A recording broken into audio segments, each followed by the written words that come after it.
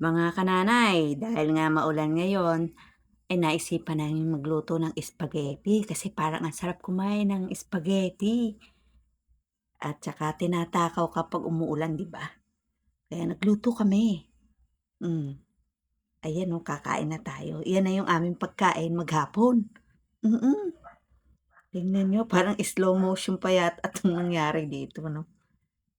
Oh, eh di ba hindi tayo naglalabas ng bahay dahil umuulan.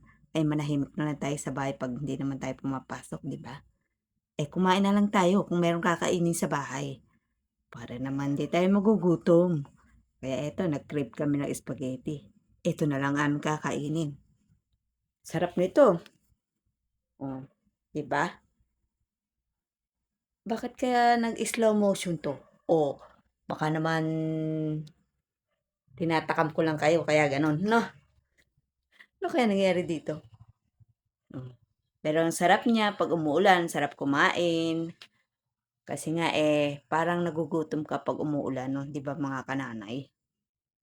Oh, kaya dapat pag umuulan may stock tayong pagkain. 'Di ba ang langgam naghahakot ng pagkain yan pag tag-araw.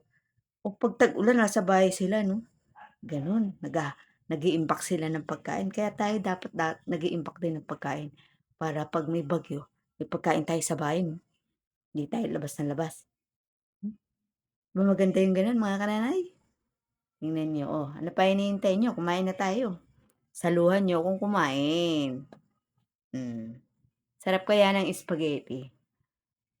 Uy, 'pag mga bata, sarap na sarap sa spaghetti yung manamis-namis, 'di ba? Ayaw nila ng maasim-asim, gusto nila yung manamis-namis. Kaya yung iba naglalagay pa ng gatas na condensed ba yun 'pag nagluluto, gano'n. O ano pa hinihintay niyo, let's eat na, para